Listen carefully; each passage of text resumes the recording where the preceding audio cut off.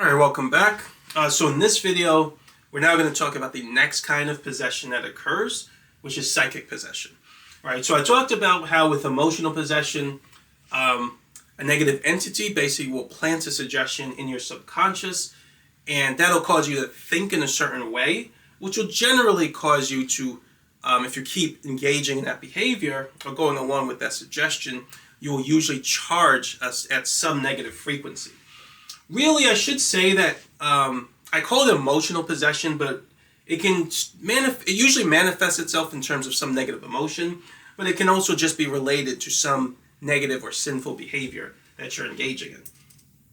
Right? But now with psychic possession, it's a little bit different. So just to go over this first point, negative entities know you can't directly sense them. Right? So with emotional possession, it's not like you're looking at them or you're speaking to the entity, right? Because your physical senses can't sense them even though they're there in your spirit realm. So what they have to sort of settle for is planting a suggestion in your subconscious. They can still do that whether you can see them or not, right? They can plant a suggestion in your subconscious and sort of, like I said, groom you or influence you that way. Right? And the more you sin or go along with that suggestion, then the more you're giving consent for them to be in your life, even though you don't know this is all occurring consciously. Right? But it's a little bit different when you can sense them. Right? So when you can't, you are able to sense them when your psychic abilities are basically turned on. So to go over here, at this point, psychic abilities allow you to sense negative entities directly. Now, we haven't talked about psychic abilities yet. We'll talk about it in chapter 7. But suffice it to say, negative psychic abilities are another transcendental mental ability you have, which we'll talk about it later. But normally your psychic abilities are basically toned down, right? So they're not turned off. They can't ever be turned all the way off, I believe. But they're toned down like crazy, right? But there is a way to sort of turn them back on. And once they're turned on, you have the ability to now sense the spirit realm. So we'll talk, there are different ways to sense it. You can see it, you can hear it, you can feel it. There are different ways that sensing manifests itself, but generally you'll have the ability to actually sense the spirit realm. Sometimes children are actually born. Most of us are born with that ability turned off, or I believe even when we're born, it's kind of turned on a little bit more than usual, but then it gradually kind of goes away as we get older. It goes down to a more toned down level. However, some children are born with, or some people are born with this ability turned on like crazy, right? And it doesn't really go down the way it normally does. It just kind of stays on. So these would be the people who have a natural, well, I shouldn't call it a natural gift. The reason they have those abilities can be for two main different reasons, I believe, right? So one, either it's their gift from God. There's a reason God gave them that ability, and they're supposed to use that ability to serve Him. I'll talk a little more about that when we get in the psychic section, my beliefs on that.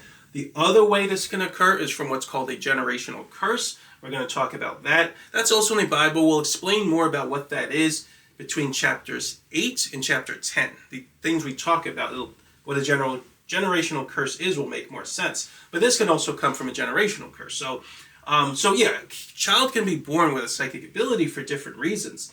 But in some cases, their psychic abilities will remain turned on. So they won't just go in the off state like it does for most of us. And even in those circumstances, you will hear stories about this, where a child will actually see like an entity. They'll see a negative entity, right? And they get very scared by them, or they continuously cry. When they get a little older, they'll say they see this man or this monster or something, this figure. The adult doesn't know what they're talking about. That's because their psychic abilities are turned on, right? Now, in terms of what they see, so why do they see negative entities rather than like an angel or something? There's reasons for that. So I haven't studied psychic abilities too much in that sense, but I have a theory, so I make predictions. So that's basically what you can do when you have a theory. So one of the reasons has to do with their purpose, which we'll talk a little more about that component of purpose in chapter 10. The other reason has to do with the concentration of the metaphysical energy in the location where you are. So we'll talk about that also in chapter 10, because we're in we're kind of in this in-between realm in terms of our frequency. We can go negative or positive. Usually it's mostly negative, or usually it's mostly positive. I believe in the spirit realm. So hell is pretty much all negative. Heaven is all positive. We're in the middle, so we can see both. Now, angels, they act in certain ways based on God's will. Negative entities just kind of do their own thing. They kind of do what they want, but they're bounded by God's will. They can't go beyond what God has allowed them to do. So there's reasons for why children will see those things, but there's a purpose to it ultimately. It has to do with the metaphysical energy in the room and things like that. But suffice it to say, a lot of times children will see these negative entities. And some of them, yes, do also see angels. They have a relationship with an angel and things like that. But suffice it to say, that happens when their psychic abilities are left in a turned on state. Now, it is also possible for a person, even as an adult, to access their psychic abilities and turn them back on. And when that happens, now you can interact with a negative entity without them necessarily having to do what they did in the case of emotional possession. Plant a suggestion in your subconscious, get you to constantly go along with it, charge some negative frequency, right? In this case, you can actually sense them without necessarily being on a completely negative frequency. You can actually just talk to them and interact with them, right? Now, that is not the same as them possessing you or putting a suggestion in your subconscious, but it is a mode of influence, right? So they influenced you before by planting suggestion in your subconscious. In this case, they have the potential ability to influence you just by speaking to you or communicating with you, right? So that's very important. So then I'll go over this point. Once an entity is able to communicate with you, and I should mention that in some cases you can see it, right? So some people, especially people get into witchcraft, when they go really deep into it, they'll be able to see spirits all over the place, right? The same way they can see the physical world. I might talk about the technique for doing that later, not that I would ever want to do it, or why I'm still even talking about psychic abilities, I'll explain a little later. But, which I think I mentioned before, but I'll explain it again later. I know how to do that. But they'll be able to see spirits like in orbs, right? They'll be able to see it with their physical eyes, but also sometimes you'll see it in your mind, and you can also see these things in your dreams as well. Now, but once your psychic abilities are turned on, it doesn't necessarily mean that, like I said, you're possessed or that they can influence you, right? But they can eventually get there, right? Which is what a psychic possession is. So what they'll try to do once they know you can sense them, like I said, which is not the case with emotional possession, the goal of the entity will be to keep you focused on them for a prolonged period of time. So this is very important for them, because remember what we said about transcendental connection, right? So transcendental connection occurs naturally the more you focus on something. So the more I focus on God and I produce a positive intention, the more I'm connecting to God. So I'm building spiritual energy. So if I focus on Jesus, right? Well, Jesus is God, but when I say God, I just mean God the Father.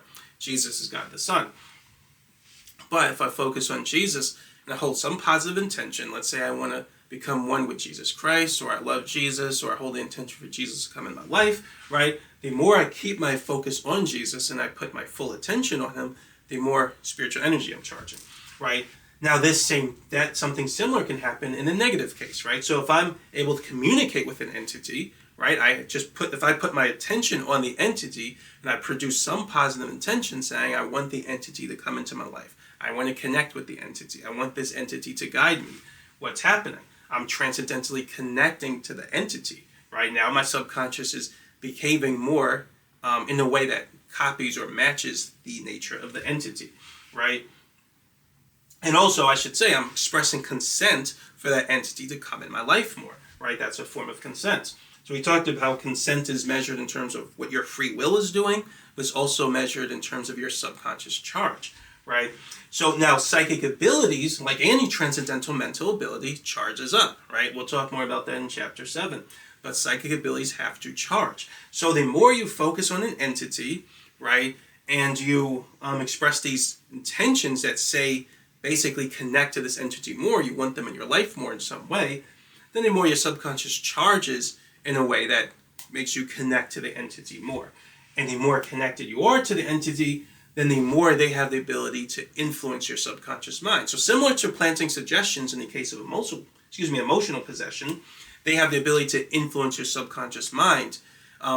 We'll talk a little more about how it works in the psychic case, but they have the ability to basically influence your subconscious mind psychically.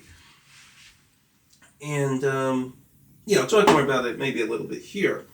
But yeah, they can influence your subconscious mind on a psychic level the more you connect to them. And basically, as you connect to them more and more, eventually you get psychically possessed. Actually, let me even talk about it now. So when you connect to them more and more, they can plant suggestions in your subconscious that kind of force you to sense them, right? Because you kept holding the intention to sense them, right? You were using your psychic abilities you became aware of them, and then when you kept holding intention to sense them more and allow them to guide you more and things like that.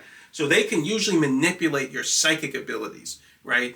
Usually it manifests itself in terms of your emotions too, because when you're constantly focusing on them in this way. So I should mention, one thing I have experienced when I used to use psychic abilities like crazy, this is when I was testing them, I would notice that my spiritual energy would always drop, right? I didn't exactly have the paradigm and explanation that I have now, right? So the theory was still developing at that time. At that time, I hadn't come up with the concept of transcendental connection. I hadn't come up with the concept of spiritual energy yet. So I didn't really know that. I didn't know that sin or there were behaviors that pushed spiritual energy away. I did know there were behaviors that made it harder to, I used to call it the God frequency, right? So I just used to call it charging at the God frequency. I used to think of it as a frequency. So I used to know there were behaviors that were antithetical to charging at what I would call that frequency, but I didn't have the setup in terms of spiritual energy. But suffice it to say, when I used to charge psychic abilities all the time, I used to always get extremely depressed. Now, I never had really a problem with depression. Like I said, outside of my issue with sleep apnea, rarely ever had a problem with depression. So for me to be depressed is kind of like, it's something I would notice, right? It's very unusual for me. But it didn't take too long, but I eventually noticed I would have this depressed feeling. Like I was so not used to it. I didn't even really know what it felt like, right? But I would notice that when I would practice psychic abilities, right, I would start to just get these negative feelings, this feeling of emptiness, almost like the absence of emotion, like I couldn't feel anything, right? And I was like, oh, I think this is depression. And I would know that's so rare for me, especially once I learned how to charge emotional energy, right?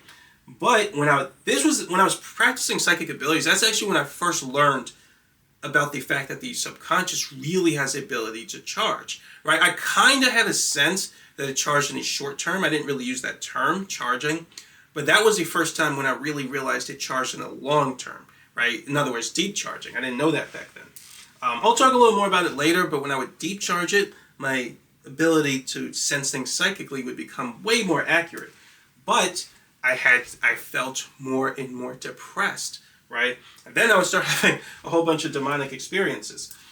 But yes, so suffice it to say, when I practiced psychic abilities, my spiritual energy would drop, right? So ultimately, now my theory on that now is, I used to think that psychic abilities were just evil because of that. I never could figure out how to charge psychic energy. So we haven't talked about psychic energy yet. I'll talk about that later. But I never could figure out how to charge psychic energy or psychic abilities and charge spiritual energy at the same time, right? It really had the same effect as sin, right? So when you sin, right, that pushes spiritual energy away. You cannot charge spiritual energy and engage in sinful behavior at the same time. You're antithetical. So that used to be the case. That was basically the case with psychic abilities. I can never charge spiritual energy and psychic abilities at the same time, at least for ESP, right? We'll get more into that distinction later and why I word it that way. But now I think there's one exception, which has to do with using those abilities through the Spirit of God or within God's will. But for now, I'll just say that when you use psychic abilities and you use them outside of God's will, your spiritual energy is going to drop, right? And that dropping of spiritual energy, combined with constantly using them to focus on a negative entity, causes you to become possessed. It causes your subconscious to become infected, right? Now they can plant suggestions in your subconscious, And now what they generally will do is they can affect what you're able to sense psychically. So they can force you to sense them. They can force you. I read of this one girl who said that she would just start astral projecting whether she wanted to or not. Because she used to do it with their help. She used to do it with their help. And then when she kind of didn't want to do it anymore, she was just forced to. She had no choice because they're transcendentally connected to her now. Right? She let them in. She gave them consent to influence their subconscious this way. They can plant sounds in your head, images, because they can force you to sense things. So basically, ultimately, they force you to force you to sense things that they want you to. Could be hearing something, could be seeing something. I suppose it can even be feeling things, right? And so that's what it means to be psychically possessed. Now, and they can come in your dreams as well. I should mention, do I want to mention that now? I'll probably mention it later. I saw this negative entity in my dream. Actually, I'll just mention it briefly. So there was this, when I started practicing psychic abilities, there was this negative entity that showed up in my dream 2 times, right? It was trying to, now my dream, I'm still incoherent, so I don't have I'm not consciously all there, right? I don't have a rational mind, right? So I could tell it was trying to get my attention, and I noticed it, but I'm just, going in my dream normally. But I remember it when I wake up, that there was this entity just there. It was like in the corner. It's like in the corner of like a TV screen almost. Like my dream is like the screen, and it's just in the corner in every scene playing out in my mind. And then that was the first time. Then the next time it happened, which I think was the next day, I saw the entity again. Then I focus on it, and then it comes closer to me. And then it asked me to, it was all telepathic, but it was communicating with me. It asked me if I wanted to sign a contract for money for it. And then I'm like, I'm not all there, but then I become more lucid, which I think God helped me to do that. And I said, no, get out of here. I don't want anything to do with that crap, right? And then it just left, right? And I never actually saw it ever again. But that's just an example of some of the demonic experiences I started having when I was practicing psychic abilities. But suffice it to say, they can enter your dreams. They can do all types of things, right? Once they connect to you and infect you psychically. And once that infection grows, it leads to psychic possession, right? So now, the key to obtain for all of that to happen is that you have to continuously focus on them, right? Now, if they focused on you, if they appear to you in a highly negative form, like a monster or a zombie or a dragon type of looking figure, just something very evil and disgusting, right? You would usually move away from them very quickly, and you would want nothing to do with them, right? I think the entity, something I think about to this day, I think the entity who appeared to me, I think they have to appear in their normal form if they want you to sign a contract, right? Because they can't, I don't think they're allowed to do it under false pretenses. So that's why it appeared to me in a complete dark, sort of wraith-like looking, that's how it appeared, as a dark wraith-looking figure. But in general, what they want to do is get you to focus on them as long as possible, right? Because they won't be able to, you can't transcendentally connect to them in a few seconds. They need you to focus on them preferably for months or years, right? And so that gets to this point. So to achieve this goal, which is the goal of getting you to focus on them for a prolonged period of time, the entities will engage in what's called, I would imagine, criminal studies or something like that, right? The study of criminal behavior. They would engage in what's called the long con, right? So what is the long con? The long con is basically when you engage in a sort of some kind of subterfuge, right? Some type of pretense with a person, and you establish a relationship with them through that pretense, but you maintain that pretense for a very long period of time to win their trust, right? So for example, let's say there's some old lady, right, and I want her money, right? She's rich and she has a lot of money, and I want to get it as an inheritance, right? So I'm engaging in evil behavior, deceptive evil behavior. Now, she wouldn't give me her money willingly, right? But she might do it if she thinks I'm an important enough person in her life. Now, if I try to, there's no way she'll perceive me as an important person in her life, and like by just doing one or two nice things for her, right? Let's say I help her cross the street or something, or buy her something from the store. She's not going to say, okay, you're so special to me now. Now I'm going to give you my inheritance. I'm going to set up an inheritance for you to give you all my money. No, I would need to engage in the pretense of being a nice person for a much longer period of time, perhaps years, right? And I can even find different roles to play in her life. Maybe I'll tell her that I'm like her long-lost relative or something. I could tell her, I can even, some guys do this, they try to date the old lady, right? Say that they're really into them and they love them and this and that, right? And I can engage in some type of pretense. I might even say that, I have a business and I really want to get it off the ground and, I just need your help, something, right? Some pretense. Meanwhile, none of this is true, obviously. I just want her money. If I engage in that pretense for months or years, she might be willing, now that I've got her trust and I seem like this important person, she might be willing to give me her money, right? And so that's called the long con, right? So I engage in a con for a very long period of time to win her trust. That's exactly what negative entities do, right? Like I said, if they appeared in a true form, which is generally very monstrous and very dark, you would be very turned off by that and try to run away from them as fast as possible, right? And you would sort of most likely stop engaging in psychic abilities or stuff like that, and you would just go to God, right? So they don't want that. So what they do is they come to you as in a pretense, right?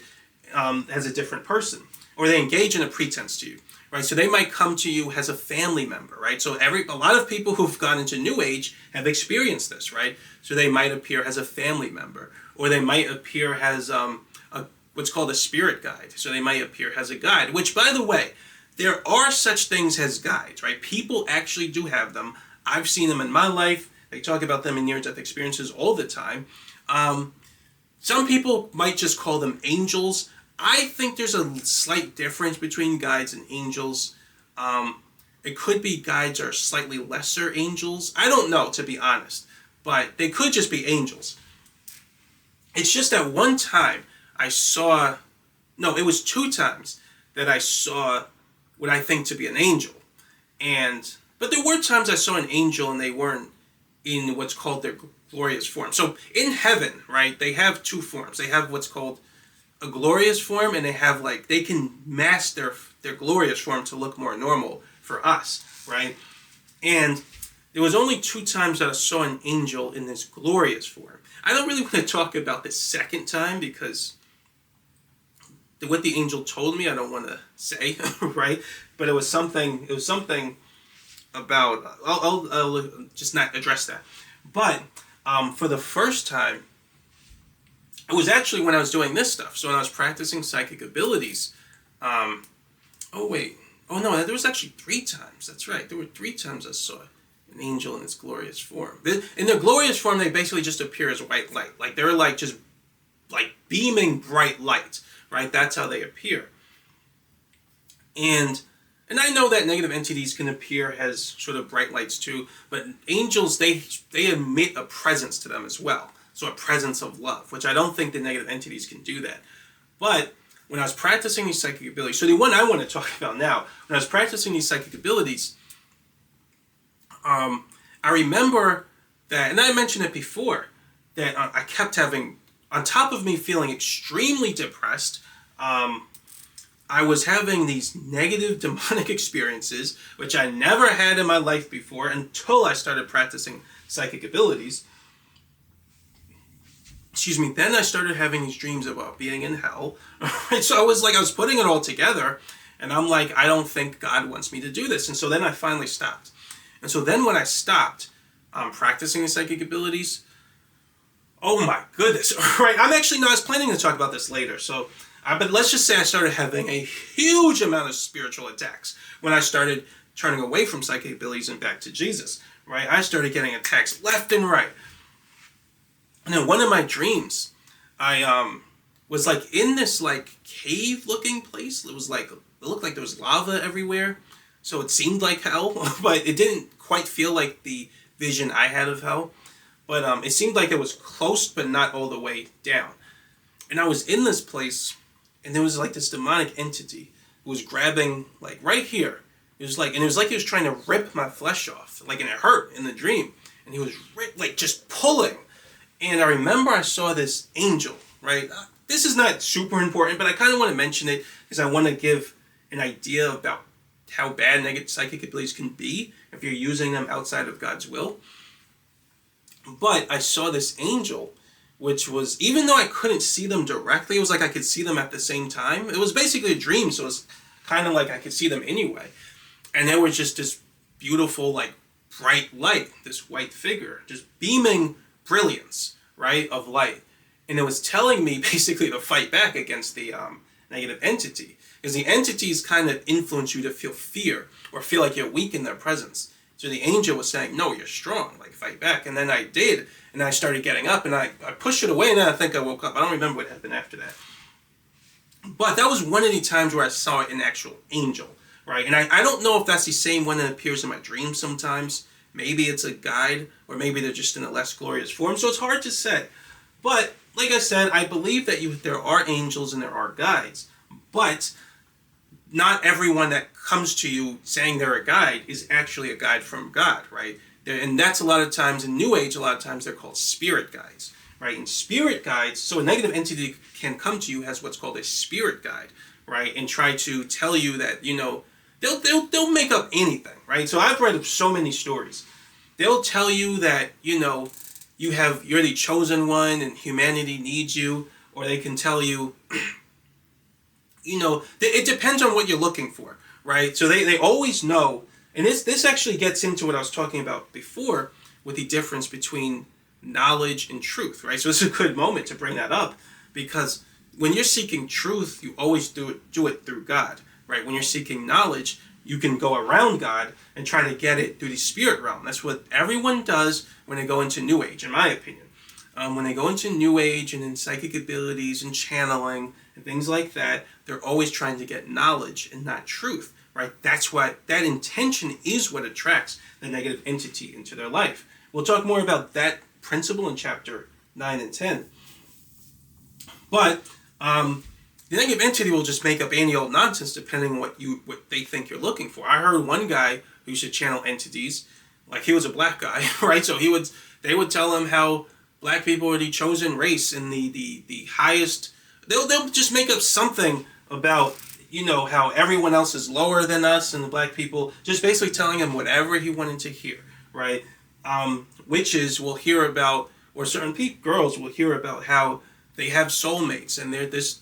Usually they'll have like, you know, witches, they'll have like a group of people who all are sort of engaged in some type of demonic behavior, or they're engaged with some demonic entity. So I want to talk, I don't actually think I talk about that in this chapter, that idea or that concept. Maybe I'll talk a little about it a little later. But usually there will be like a coven, right? A community of people who all channel spirits, right? And all of them got their own negative entity, right? And the negative entity will send them on missions to do this and do that, which helps to spread the message and get more people to worship these negative entities instead of God and Jesus Christ, right? So a lot of times the spirit guide will tell them that some other person in the coven, right, is their soulmate from some past life or something, and there's a new thing now called soul ties. I don't really know what that is, but that's something I've heard now. They'll say that they belong with each other, and this and that, just making up anything, right? It's just always some made up nonsense, just telling you whatever you want to hear, right? Or if you are sort of concerned about hell or God, they'll tell you that there is no such thing as sin and things like that. Now, to be fair, that has been said in near-death experiences. I will talk about that a little later, because what they say is not what the spirit guides say, right? Sin, what they usually will say are that there are consequences to negative behavior. But the spirit guides will say, no, there are no consequences. Everyone sort of goes to heaven, and it's all, what they usually will tell them is it's all about frequencies, and you want to be on a high frequency, which is partially true. And that's kind of, what they usually will say are like half-truths, right? Because that your spirit resonates with the truth. So if they give you a half-truth, your spirit's going to resonate. That's kind of the technique they use to engage with the long con, right? But it's not just about frequency, it's about your relationship with God, right? You can get to the higher frequencies without engaging in moral behaviors and having a relationship with God. So a lot of times people who focus on frequencies and law of attraction, things like that, their frequency drops, right? And they don't know how to get it higher, even though they're focusing on a concept of a frequency.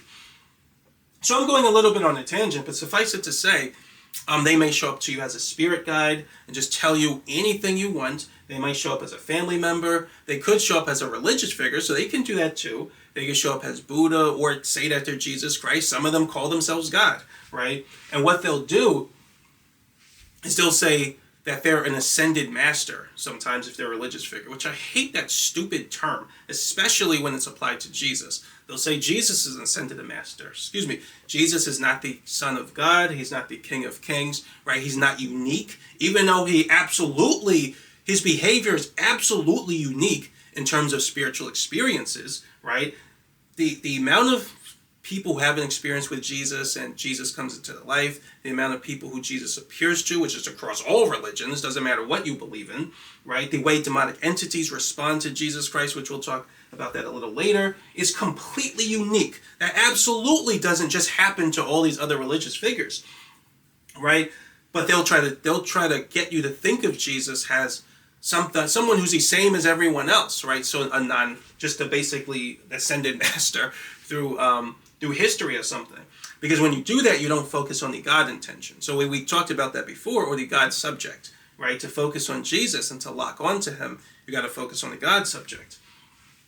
And that way you charge spiritual energy. But if you're not doing that, if you're focusing on some random character, you're not doing it in a way that's defined by your subconscious. Now, the entities know this, but people generally don't, right? And so they get deceived that way, right? I could call anyone Jesus, right? But the Jesus, when I actually lock on to the real Jesus and connect to him, then I'll charge spiritual energy, right? If I focus on any random person, then I won't, right? And that's how they deceive you. So they'll appear as a negative entity. Like I said, they can also just call themselves God, right? And they'll tell people that to do this and do that. Or they'll say that I'll punish you. So I've heard people say that, it was like I was saying in the last video. I read this story of this lady who said that God told her to, like, I think, sacrifice her child so that they can go to heaven or something like that, right? And so this is what I'm talking about. They can do this, right? Now, an atheist might say, oh, well, that's exactly what you said, that God would never tell a person to do something evil, but here, that's an example of it. No, right? Because when they engage in that, they do not feel love and positivity, right? Now, you might say, well, how do you know that? First of all, well, you can look at them. You can't really know how anyone feels, technically, yes. I could just ask them, and I bet you they would say, no, I didn't feel that. But you can generally see it also in terms of the organizational pattern, how they're behaving, and things like that. But that's the theory set up, right? So negative entities can appear to these people, say they're God, and tell them all types of things, right? And what they can do, another thing I forgot to mention, is I believe that they can mask their presence, right? Because I've experienced this when I've been around negative entities, right? Some of them emit huge amounts of negative energy, negative emotions, but they can also mask them. I don't think they can project positive emotions, like just pure love, right? They can project like a negative emotion that might feel a little positive, like lust, but they can't generate pure emotions, right? Just feels so pure. Only the angels can do that, and people who have entities who are acting in accord with the will of God. But the negative entities, they can mask it, so you don't really feel anything. So it's like they seem hidden, right?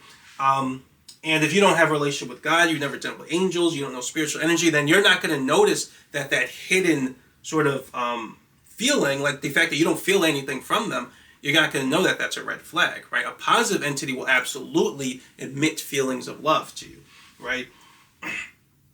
But suffice it to say, so that's just some of the ways that they can engage with the long con, right? They can appear to you as an alien. Some people, I've heard that before, right? They appear as an alien, like as a gray alien or something called a Pleiadian or something like that. So there are all different types of cons they can engage in. There are all different types of, ways they can appear to you and show up. But what their goal is ultimately going to be is always to keep you talking to them. Just keep talking to me, right? So because the longer you talk to them, the more you keep producing an intention to sense them, right? Eventually, and then your subconscious, your psychic abilities will charge in a way where it's like you're now transcendentally connected to them through what your subconscious is sensing, or through your third eye, right? And that's making you, on top of that, pretty much causing you to lose spiritual energy. So people in that state pretty much always, they always feel more and more and more depressed, right? So that's a telltale sign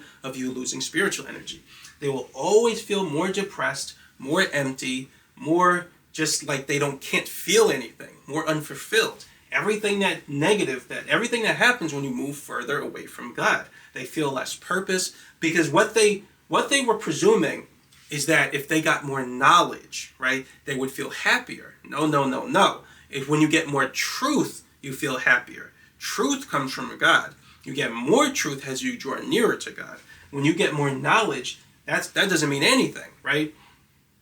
So what these people usually do is they'll contact these entities in an effort to get more knowledge. The entities just tell them whatever, right? And then they feel more and more and more depressed, which it takes them a while to realize that something's off. Like, I shouldn't feel more depressed. I'm supposed to be feeling happy by doing all this. But they realize they don't, right? And eventually they start to put things together. And I'll talk about that in a moment. But suffice it to say, they'll usually tell you whatever you want to hear. And they just keep making new things up over and over and over again. They give you more story, more history about, it could be history about the world, it could be history about the universe, the Galactic Federation. I know some people believe in that. I don't believe in that at all. They'll give you information about the Galactic Federation, just something, right? Or they'll tell you to do things in the world and for self-help purposes, or read this book, or talk to these people. And it just keeps going and it doesn't go anywhere. There's no point to end. Eventually you're realizing like there's no point to this. This is just a never-ending sort of series of nonsense sort of directions, right? When you have a relationship with God, it feels the complete opposite. You feel a huge amount of purpose in your life. You start to see, like I said before, all the blessings and the gifts coming into your life. You feel true joy and true happiness. With these guys, you get more knowledge and it just feels like nothing. Nothing happens.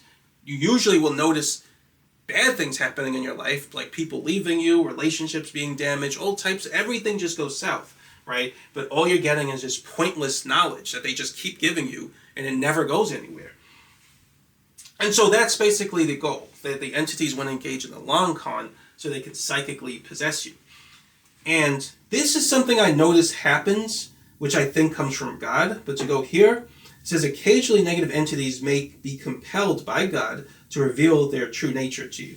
Because I've noticed some people, when they get really deep into witchcraft, right, they'll just start having demonic experiences, right? If they get deep into witchcraft and new age stuff like chakras and channeling and astral projection. But usually when they're talking to these entities, at some point they just start noticing, they start having just bad demonic experiences. And you might think, well, why are they revealing themselves to them in that moment where they can keep going? And by the way, sometimes they don't do it in that way based on these stories I've read. Sometimes they will reveal themselves to a person in a particular way when they start asking them. They usually will start asking a person to do like evil things, right? Negative things. And actually, there's one other thing I meant to mention that I didn't talk about in this video. I'll talk about that in a moment. But yeah, so they'll start asking a person to start doing negative things if they feel like their personality is more with it. So this has to do, actually I'll talk about it now. This has to do with what's called the left hand and the right hand path in witchcraft. So I think the right hand path is about using magic in a more positive way, and the left hand path is about using magic in a more negative way, which, believe it or not, there are people who actually want to do that, which that has to do with like placing curses on people and hexes and things like that.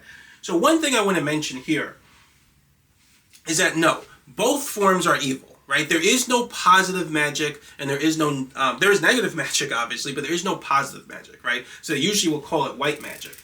Actually, one other thing I forgot to mention is that these negative entities, once you can communicate with them, actually no, sorry, I'll mention that in this next case.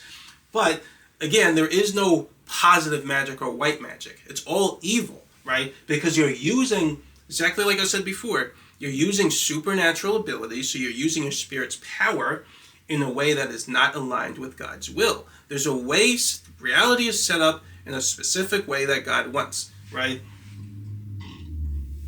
When you start using your supernatural abilities in ways that go against the natural order, right, that is evil. You're going to feel your spiritual energy drop by doing that. If you start to use what's called white magic, and you try to use spiritual power and metaphysical principles to try to create goodness in the world, first of all, that's evil, yes, but why it's evil is these people don't fully understand how this stuff works, right? Playing with magic is like playing with fire, right? Your intention has to be, we'll talk more about this later, but your intention has to be pure enough to do it properly, right?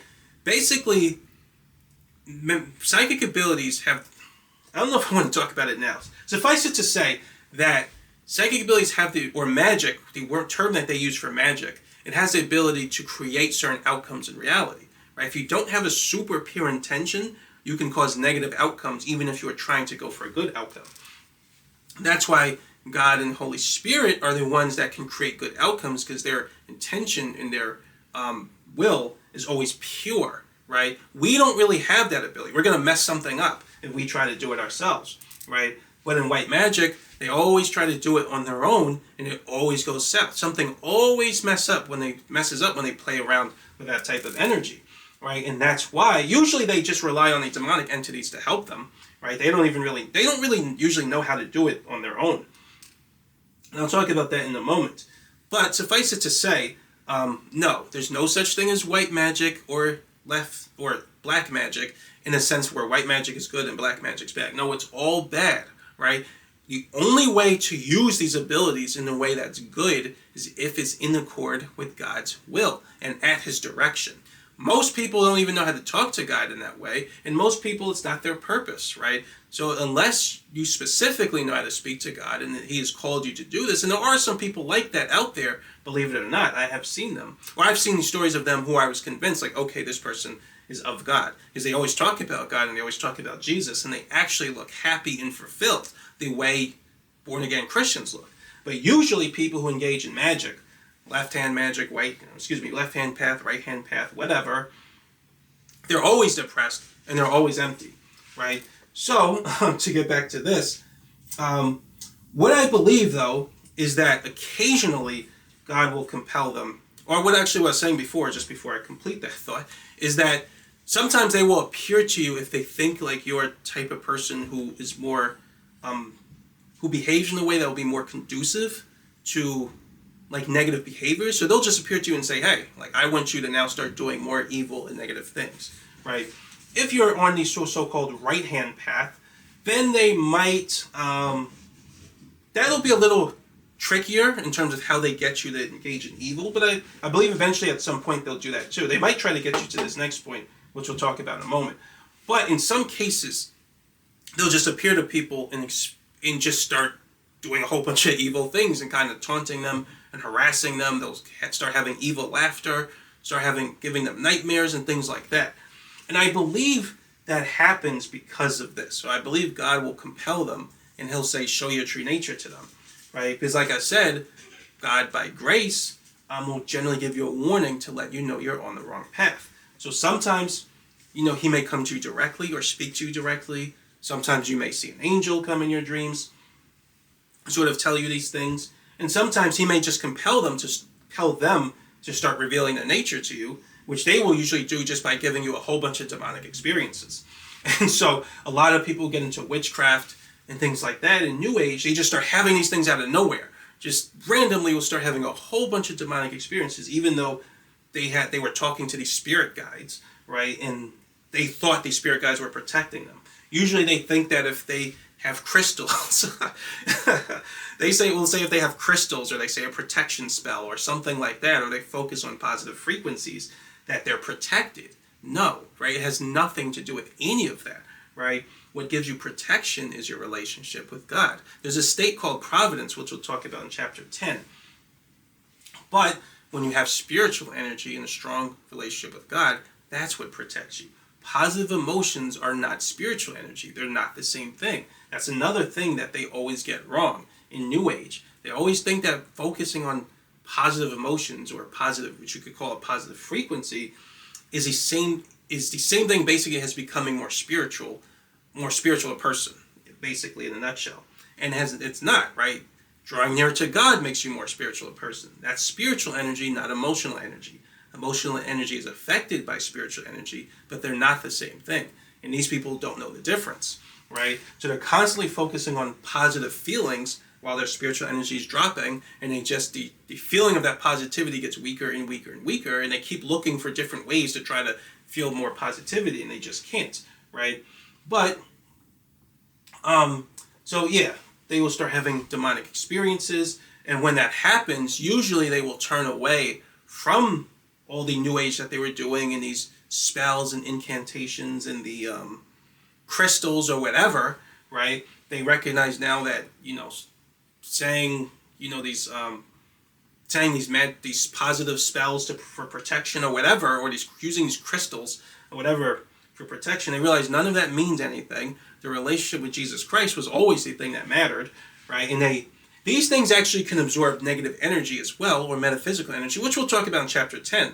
So usually in those experiences, God will tell them to get rid of all that crap, because all that crap is sort of polluting the energy in the room.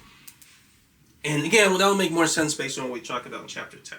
So that's something that can happen when you get possessed in that way, or when you get infected, or you're near that level of possession, psychic possession. So actually, now what can also happen, which happens here, it doesn't always happen with emotional possession, but something that can happen with psychic possession is what I call stage 2 possession. So technically what we've been looking at so far is stage 1 possession, with emotional possession or psychic possession. But stage 2 possession occurs when you let the negative entity inside your body and allow it to control you or animate your body. So this is really dangerous. Because when for emotional possession or psychic possession, the negative entity infects you and they latch onto your subconscious, but they can influence your subconscious and cause your subconscious to compel you in a particular way. So with emotional possession, the entity will compel you to engage in some type of sinful behavior, which usually causes you to charge some negative emotion. With psychic possession, the entity will compel you to sort of sense certain things with your psychic abilities. Again, that might make more sense when we talk about psychic abilities later. But with stage 2 possession, they can compel your body to move and behave in certain ways, right? Now, I don't know if they can directly control it like that, like a marionette, like you can, but they will you'll feel intense compulsion to move around and stuff like that, right? Not just an urge to do something. You will feel an urge to move, so it's a form of transcendental control. And in this case, what they can actually do is, the way it works is they don't have to just compel you to walk like this, even if you don't really want to. They can compel your body, because now they're controlling your chi, right? So we'll talk about that more in chapter 8, but they can control how your chi manifests in your body. So usually, I believe, this is my theory, that they can do this in ways that just they'll try to just kill you, basically. They'll try to cause your chi to manifest or change in a way that causes some type of injury to your body. I believe they can cause things like, based on what I've seen, I'm convinced that they can cause things like an aneurysm in your brain, so your blood vessels to burst, or they can kind of cause you to get a heart attack, different things, right? But once they get access like this, right, they're basically going to just try to kill you at the right time, because this still has to charge. But they don't get this just from influencing you or infecting your subconscious. They get this when you specifically keep holding the intention for them to control your body, because it's like letting them in your body, almost like putting on a suit, right? So they're inside your body and now they're animating and controlling it, because that's what you're asked. That's what your intention is saying is okay, right? So you're giving them permission to do that. So people who engage in automatic writing and things like that, that's what happens. This can also happen when some people know these are negative entities and they don't even mind, right? So they're like, come on in, right? And they will allow them to, the negative entity can help them to control their body in certain ways. Basically, in a sense, give them certain, what looks on the outside like gifts, right? So we talked about how the Holy Spirit, we talked about the gifts of the Holy Spirit, which is good. Negative entities will have a counterfeit version of that. and they can influence your subconscious in ways that, I mean, anything they can do, you can just do with your mind without them, right? And you can do it better because you can do it connected to God. But, again, a lot of people don't know how this stuff works, and they try to take shortcuts to these negative entities. So the entities are like, okay, right, that helps me destroy you. So that's great for me, right? And so they'll go inside their body, basically with this person allowing it, and they can influence their subconscious to help them become a better singer, a better performer.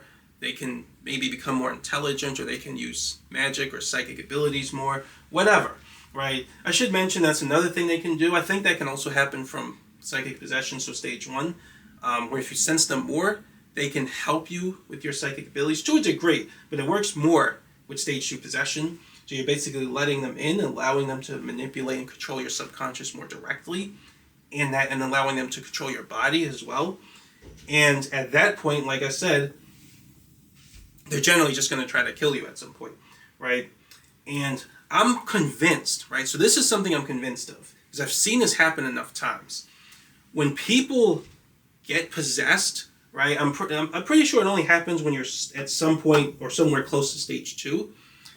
The entity will also do something where it's like they destabilize your mind. Because your mind, what we talked about before, is your mind's natural state is the way it is in a dream, right? Because your third eye is not turned on all the way. Your third eye would normally be the one to stabilize your mind. But because we don't have that, we have to rely on our brain. Our third eye isn't turned on all the way, so we rely on our brain. And so your brain stabilizes your mind, so you have a negative-minded kind of way of thinking and perceiving reality. Your ground state doesn't charge as much when you dream, so your mind's all over the place, right? And then when you wake up again, your brain is charging your ground state, you get your negative mind properties back. But your brain, in order for your brain to create the negative mind properties in terms of your perception through the conscious mind, it has to charge your ground state in a specific way. So it's in that charge, it stabilizes your mind so it's not all over the place like a dream. What they do, I believe they destabilize that. So they affect your brain in a way where you lose that stabilization. So now your mind is almost always in like a dreamlike state. So a lot of people who get possessed, they eventually just kind of go crazy, right? It's like they're like a different person, right? And what I believe happens is their mind isn't stabilized, right? It's like they keep feeling these compulsions for their attention to wander, just like a dream, right? They feel compulsions for their attention to wander all over the place, and they can't keep it still, right? It's very hard to keep it still. And that actually makes it more easy for them to be influenced by suggestions the negative entity plants in their mind, especially if they're still in sinful behaviors, right? That's a lot harder to heal if you don't know how these things work, right? Because you would need to charge your chi. Well, we'll talk more about that. I haven't done stuff like that very much because to do that stuff in a good way, you have to be aligned with God's will and do it through the influence of the Holy Spirit, which I haven't done that yet. So I'm not exactly sure how that would work, doing it in a good way to try to recover from that. But that's something I'm convinced happens, right? I've seen it too many times, right? And hey, I mean, just you probably can imagine examples too of celebrities and things like that who, like, there's this guy online who I used to see channel all the time, and then he just turned crazy, right? Like, he started saying the weirdest things, the craziest things. He started losing a whole bunch of relationships in his life, because that's what they always do. They love damaging your relationships with people to isolate you, because that's an easier way to separate you from God. Basically, to help you think in a certain way and sin in a certain way. Will help you think in a certain way and engage in sinful behaviors, because those all separate you from God, right? So they just weaken your willpower. And so, so he just turned crazy, right? Like he wasn't all there. And I've seen that happen so many times. So that's what I'm convinced that they can do that. And to get to this last point, this video was a lot longer than I was planning for, but to get to this last point, the people most at risk of psychic possession are the New Agers, right? So it's the New Agers who get into channeling, crystals, chakras, opening their third eye, and astral projecting, right? So a lot of people who get into this stuff, again, they're doing this because they're seeking truth. They're seeking knowledge, not truth, right? They want to have all these spiritual experiences, and they want to sort of know how the spirit realm works and things like that. You do not know these things for a particular reason, right? Trust in God's reason for not telling you these things. If he gives this information to you, then trust that too, right? He will give this information to you when you wish to know it. If you do want to know it, then pray to him. If you don't have a relationship with God, you don't know how he speaks to you, then that would be your problem, right? That's where you need to start in order to obtain truth, right? Do not focus on truth. Do not focus on knowledge, focus on truth. I remember I was watching this video from this guy, I think his name is Paul Washer, right? So he's like an online Christian guy. And he was talking about how people will seek a strange fire, right? When they want to have a supernatural experience. Because they don't want to rely, God basically, as I said, requires us to know him through faith, right? Not recommends it. He requires it, right? We will only know him we will only have a strong relationship with him and truly know him when we approach him in faith. Some people don't like that, right? They think like an atheist, right? They need to see something, right, like objectively in order to be fair, they're not as bad as atheists, because an atheist requires God to put something on the table before they're willing to believe them for some reason. Well, more specifically, they say he can't exist unless he does that. But these people, they don't think really that irrationally. They just want to have some experience. But they're still making a similar mistake. They're requiring God to give them some experience, right, before they're willing to believe in him. Like I said, there's a thin line between testing God and coming to him in faith, right? We're asking something of him, there's a thin line between asking something of him in doubt and testing him, and asking something of him in faith. And these people don't trust God. They don't trust his nature. They need him to be doing something that is showing them, giving them some type of spiritual experience, right, in order to validate his existence and his being there, right? Not good. So these people, because they have this need for a spiritual experience, right, they need to, they seek a strange fire, right? And negative entities, they know the people like that. So they always know what's in your heart, where your weakness is. We'll talk a little more about that when we talk about spiritual attacks. But these people, the New Agers who get in channeling and crystals, they always want some spiritual experience, some type of metaphysical, supernatural experience, and the negative entities will just give it to them, right? And then they're like, oh, this is of God. And of course, they'll engage in a long con and say that they're a spirit guide or something. No, do not do that. That's why these people are the most at risk for psychic possession and stage 2 possession. They go very far, and God still helps them too, right? God will still give them some experience that will show them that they're on the wrong side, right? He knows the best time to do it. Sometimes it's very early when they get into New Age. Sometimes it's when they go very deep into it. But at some point they recognize, like, oh, this is evil. Then they turn away. Now, not everyone turns away, so we talked about that. Some people, when they recognize it's evil, they keep going, right? They're like, oh, I don't even care that this is evil and this is not of God. I will still go into this evil. And that's a little bit different, right? So when people who do that, like I said, their spiritual energy recedes, and then they become truly evil. These would be your, like, in terms of psychic possession, those would be I don't know much about secret societies. I imagine those would be your really high priest in terms of the Witches' Coven and the Freemason lodges. I've heard about that as well. I'll say allegedly, because I don't know about that for sure, but I hear about the degrees of Freemason lodges. Allegedly, I'll say the very high-ranking degrees would be the ones who are purely psychically possessed. Negative entities are basically almost one with their personality, right? And their identity. And even in those cases, they still have spiritual energy. That's the way grace works. Or they have some spiritual energy from their grace in their body. And they can still turn all this stuff away if they come to God. But, some of them, they don't care if they're going against God. They like the negative entities in them. And people like that go really far in terms of, like, Satan's kingdom. And they get, like, different responsibilities and things like that. So, just like God's kingdom, but Satan's, he counterfeits everything, right? And so, I believe that happens within those sort of secret societies and those sort of witch covens and things like that. So yeah, that's basically just wanted to go over that. There's a lot of assorted topics I wasn't planning to cover, but I figured I might as well cover it here in this video because we're talking about psychic possession, right? And psychic abilities. So, yeah, I think that's pretty much it. All right, so I was actually going to end the video, but there was actually one more topic that I wanted to cover before I ended it, right? So I just edited this in.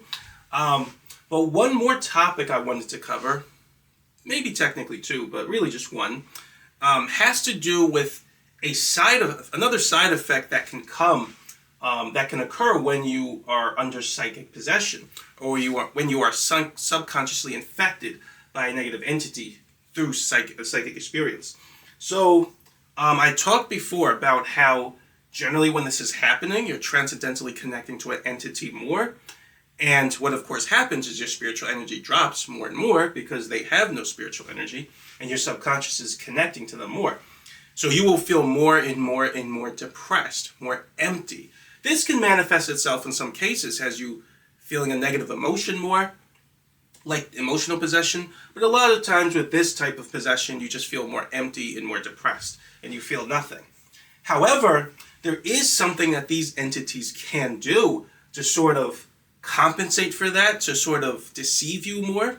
And what they can do, and this is something I believe, is they do still have the ability to cause you to feel a sense of pleasure, right?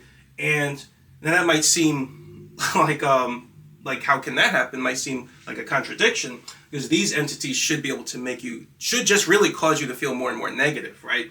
But I believe they can cause you to feel pleasure, but of course it's going to be negative pleasure, right? So it's not positive pleasure. Positive pleasure is a quality of God, right? So you feel that more as you draw nearer to God. But negative entities can cause you to feel a little bit of negative pleasure, and they can even do it through your body, right? So even though your ability to feel negative pleasure still drops as your spiritual energy drops more, they can still sort of cause you to feel negative pleasure, ultimately as a way of deceiving you and making it seem like you're feeling good, even though you're really not, right? That's how negative pleasures are. So this can happen, for example, when some people, when they astral project, which is crazy, right? They can engage in what's called astral sex, right? Believe it or not, if you ever heard of that, that's actually a thing, right? I actually experienced something like that one time, unfortunately, I wasn't doing it intentionally though. Well, technically I kind of was. It's kind of a long story. Let me just put it that way. But I wasn't trying to astral project at all. I'll just say it because I want other people not to make the same mistake I did. So this was many years ago. So this is probably in my 20s. I was and around those times I kept trying to lucid dream, right? And I was trying to figure out a way to have sex in my dreams. Now that intention, right?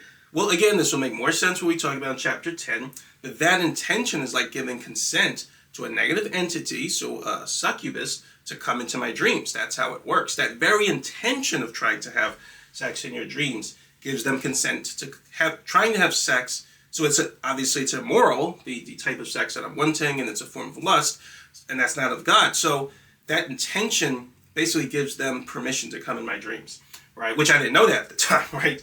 So, but that's how sin is, right? When you sin, you are giving permission for these things to come into your life. So I remember that happened, and I was trying to do it one day, and of course I was also watching a lot of adult content, a lot of adult titles, and so all of that sin, right, pushed spiritual energy away, and it allowed this negative entity to manifest in my life in a very supernatural way. So I remember one day I woke up and I just felt like I was having sex with this entity, right? I know that sounds crazy and I'm ashamed to even say it, but I don't want other people to make the mistake I did, right? Like I said, this was years ago in my 20s, but it was like I couldn't see it. What I could see was kind of like almost just this greenish blob, right? But I could feel it. And it felt good in a certain way, but it also felt bad, right? Some aspect of it felt negative, right? And I would feel like this kind of, I don't know, it's like at certain points I would feel like this pain sensation, like the stabbing sensation, even though it felt good at the same time. And I remember when I came to my senses, because I was like half awake, right? When I finally came to my senses and realized this is bad, I told it to get off of me. And then I don't know if I pushed it, but I feel like mentally or willfully, I just willed it away from me. Then it just moved away. Then boom, all of a sudden I noticed I'm astral projecting, right? So that was a crazy experience. Like I said, that happened years ago. But that's kind of how from that experience, I kind of have an idea of what astral sex is like. So it can feel good, but it always feels negative at the same time, which is exactly how lust feels, right? I remember I saw this girl online. So there's this girl online who astral projects all the she hasn't posted in years, so I just saw her channel recently. I'm assuming because she realized that astral projecting was evil and it was dark. I suppose it's possible to astral project in a positive way that God gives you permission for, but I imagine that's extremely rare, right? Most people just astral project on their own. They don't seek God's permission, don't have a relationship with God, and so they constantly run into demonic entities and these negative experiences, and they open themselves up to psychic possession. So, but she was saying how she would astral project and she would engage in astral sex, right? So she said, oh, this feels good, and she noticed that when she kept doing it, right, these entities kept approaching her to have actual sex, and then it started happening whether she wanted them to or not, right? And obviously that is bad, right? So she was becoming psychically possessed. So she thought the good feeling of it, the pleasurable feeling of it, is like a good thing. No, it's always going to be a form of negative pleasure. So that's why I want to add this, because it's important to recognize during psychic possession and people who get into this stuff, the entity can still cause them to feel some form of pleasure, right? But like I said, it's always a negative pleasure. And that kind of throws them off because they think that negative pleasure is good. They haven't learned of the difference between a positive pleasure and a negative pleasure yet, right?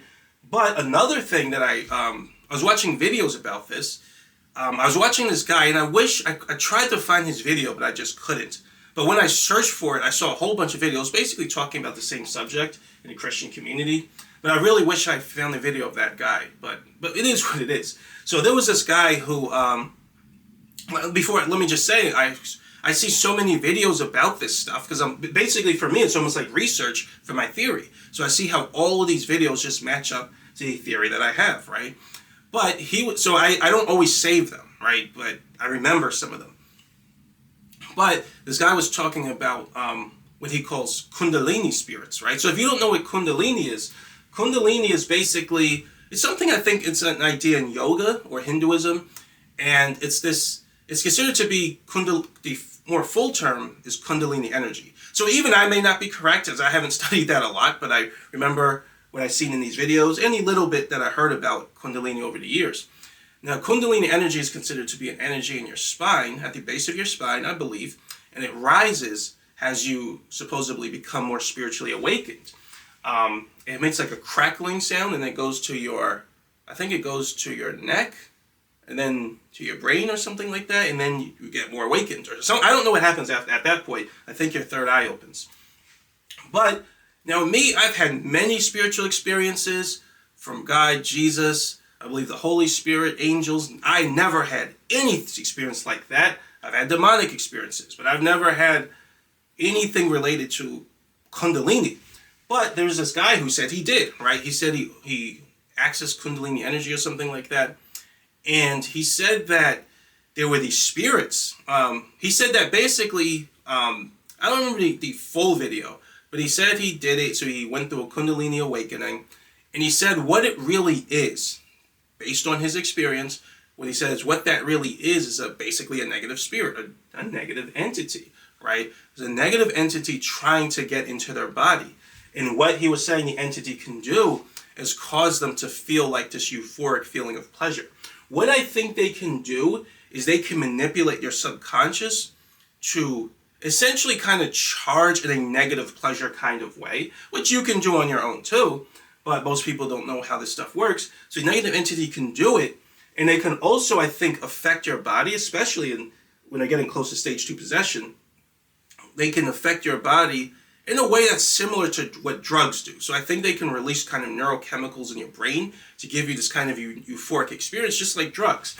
So that's something I thought was important enough to mention here, right? So these negative entities, like I said, especially in psychic possession, they can cause you to feel negative pleasure. And that gives you kind of a euphoric experience, and that makes you think this experience is good. But it's not a positive pleasure, right? Positive pleasure and positive joy comes from the Holy Spirit. That comes from your relationship with God. That comes from Jesus, right? It's going to feel good and pure, right? But these entities can cause you to feel pleasure, in a very negative way. And by the way, it's also going to be very addicting, right? That's how negative pleasure is. It's very addicting, and the more you feel of it, the more tempted you become by it. Your willpower weakens, and then you want more and more and more, and you feel like you feel weak, right? You need it, which is how an addiction feels.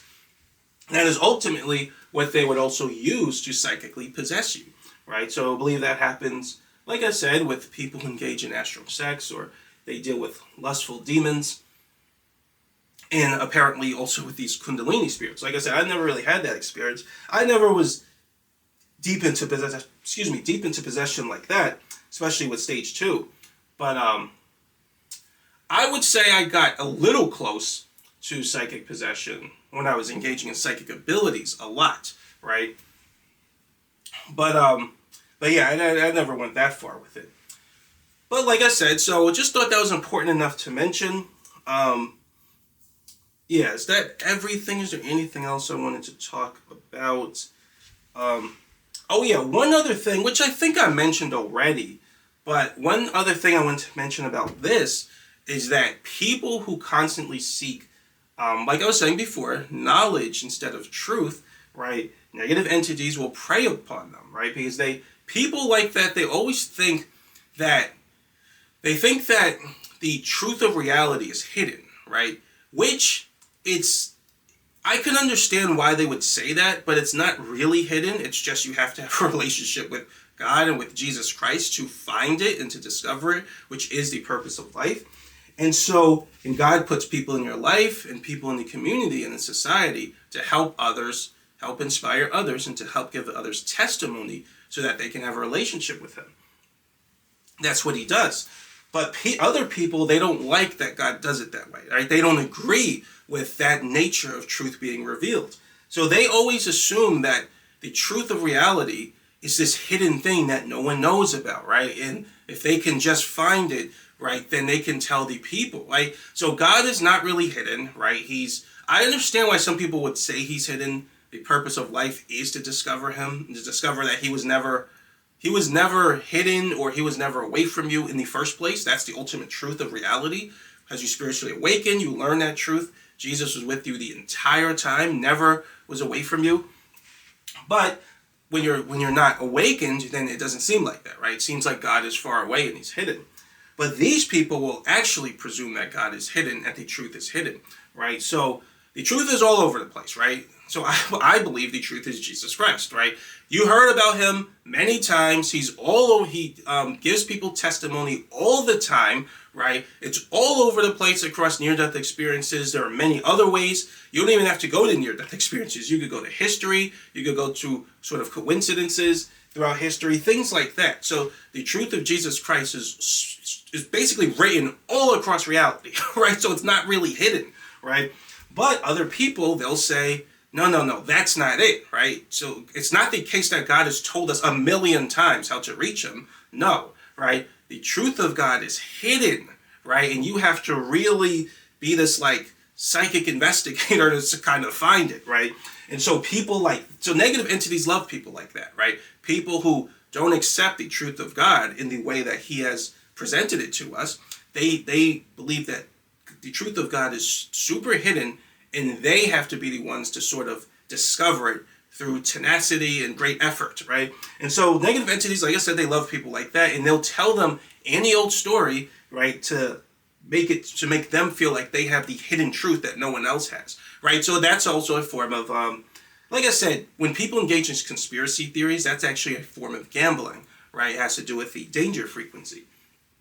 And they always feel like they're just a step away from uncovering the truth, right? The more full truth. So that's gambling, right? Negative entities love preying on that.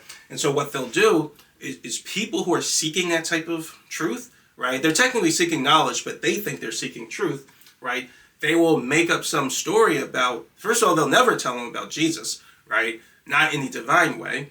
They'll make up some story about some figure. Usually, a lot of times it's Thoth, right? That's one that I've heard about a lot in these communities. They'll tell them about some figure named Thoth, and he's the god of something, I don't know, Ra or some Egyptian god or something, right? and he's some ancient god, and people will say, oh, Thoth is this amazing guy, and he's this and that. How many experiences have you heard of people having experience with Thoth, right? Like compared to Jesus, right? How many people go into New Age and Jesus is the one that finds them? How many people reach out to God and Jesus is the one that comes, right? Versus how many times does that happen, even in other religions, to people who don't even know who Thoth is? How many times does Thoth come? Like, oh, please. But again, these people are people who think the truth of God is hidden because they don't like the way God has given us his truth, and they don't want to go through the process of finding God through the way the Bible says, because it's too much work for them. They like, again, like I was saying, they like strange fires, right? God presents himself to you. God will give you supernatural experiences. I have had them. But most of the time, the way God responds to you is in a way that requires faith, right? So it's not as flashy, right? It's not super flashy, and it's not, the more flashy the supernatural experience, the less faith it requires to believe in whatever is giving you that experience. God's language is faith. So he normally doesn't do crazy supernatural experiences. It'll be very subtle experiences. Sometimes he will do supernatural experiences. I have had them, but he doesn't do it often. And people who don't have faith, they don't like that, right? They need the highly supernatural and highly flashy experience to believe in something, right? Which is exactly the opposite of how God wants it. And so these negative entities prey on that, right? They're like, oh, you need a supernatural experience? I can give that to you. Like Paul Washer said, they seek a strange fire. And so people like that, these negative entities will come, like I said, under some false pretense. They'll call themselves Thoth, right? Or something, some other god, and they'll give the person all this information. So now all this person feels like they're in the know. They feel special, right? They feel pride. So this idea is basically shown throughout the Bible, how people, through their pride, the pride they get from feeling like they have hidden knowledge, is a way that negative entities will separate them from God, right? So it often, we see that today, manifests itself in the form of psychic possession or psychic infection, right? So these would be your people who astral project, your people who channel entities, right? And then the negative entity will be able to latch onto their subconscious more and more and more and start making them, like I said before, it'll start forcing them to astral project whether they want to or not. It'll start forcing them to hear from them through channeling whether they want to or not. And basically, they eventually become like one spirit because their subconscious is sensing them so much that it's like you can't turn your senses off, which we haven't talked about Psychic Billy's work. We'll talk more about it later, but you can't like turn it off, right? And so now it's like you hear this entity all the time, and now you guys are one. Right, and the entities will constantly give you information saying it's not Jesus, right? It's Thoth or some other, or Horus or some other random negative entity. Well, they don't call them negative entities in this experience, but they'll say that, and then the person will tell others, like, oh, it's not the thing that you heard about all the time, which is Jesus. It's not the truth isn't this being of Jesus Christ who shows up all the time across the planet. No. It's not that. It's this hidden guy that you've never heard of who never shows up in other people's experiences. And I have the truth, so focus on me, right? Don't focus on God and just ask him to tell you the truth. Focus on me. I'm the one who has it, right? So they feel this sense of pride, right, in having this thing that's hidden, which is nonsense, right? The truth of God is not hidden. Everyone has access to it. God just wants us to know him in a very specific way. So I just thought that was important. I mentioned that earlier in the video, not as, I think, perspicuously, right, if that's the right word. So I wanted to basically just mention that here. One guy who I think is like that, do I want to mention his name? I don't want to use my channel to really attack people, but I'm not even going to hold you. Like, there's this dude, I think his name is Billy Carson, right? So I don't believe him at all, right? I think he talks about Thoth and like this. He said, so it was something I heard him say. I was like, that's complete nonsense, right? He said something about Jesus, how he was like, I don't remember. I don't want to say it because I don't actually remember, but it was something that was just absurd, made no sense at all. And basically the way he presents himself is like this guy who has all this hidden knowledge, right? You don't have this knowledge and you don't really have a way of getting it, right? Or you have to go through all this extra effort to find this super hidden knowledge. You have to be this super intelligent person and do all this research into ancient Egypt and all this nonsense. No, right? The truth of God is available to everyone, right? You don't have to be a mathematician or have all these skills in this area or that area, right? God knows how to reach you. Doesn't matter what your sort of skills are and your intellectual abilities are.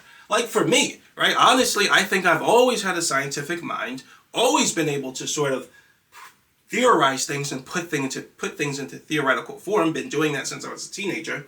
And so God, I believe he's given me information in a highly theoretical form because that's the one I resonate with, right? God gives each person the truth in their own way, right? In a way that they can understand, right? He's not going to give everyone the truth of his nature in like these terms, right? In terms of subconscious energy, absolute nature of the subconscious, intention, and things like that. Not everyone is going to be able to sort of put it together. Like me, I created this whole theory basically from scratch, right? Not everyone's going to be able to do something like that.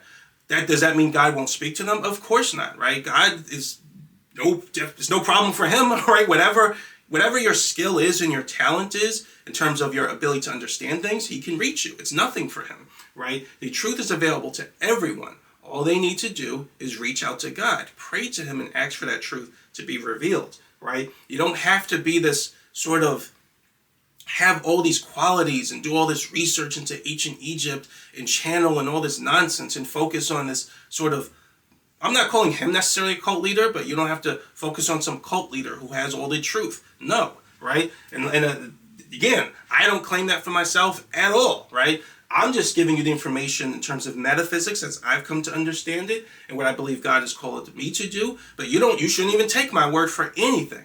You pray to God and you pray to Jesus Christ, right? And ask him for the truth. Now, if he says, yes, listen to this stuff, then great, then you do that. But you always listen to Jesus, God the Father and the Holy Spirit, right? So I thought that was another thing that was important enough to mention, because that's another thing you see with these types of people who get involved in psychic abilities and basically open themselves up to psychic possession and subconscious infection through the use of psychic abilities. Happens all the time with cult leaders and witches and things like that. They think knowledge or truth is hidden, and they present it to you in a way where you have to approach them and the things that they say to get truth rather than God. So yeah, that's it, right? So it actually went on a little longer than I was planning, but that's it. So in the next video, I forgot what we're going to talk about. In the next video, the topic of the moral reversal is coming up. I might go over that next video, or I might do it at a later time, but I'll see. But that's it for now, though. But yeah, thanks for watching, and I'll see you next video.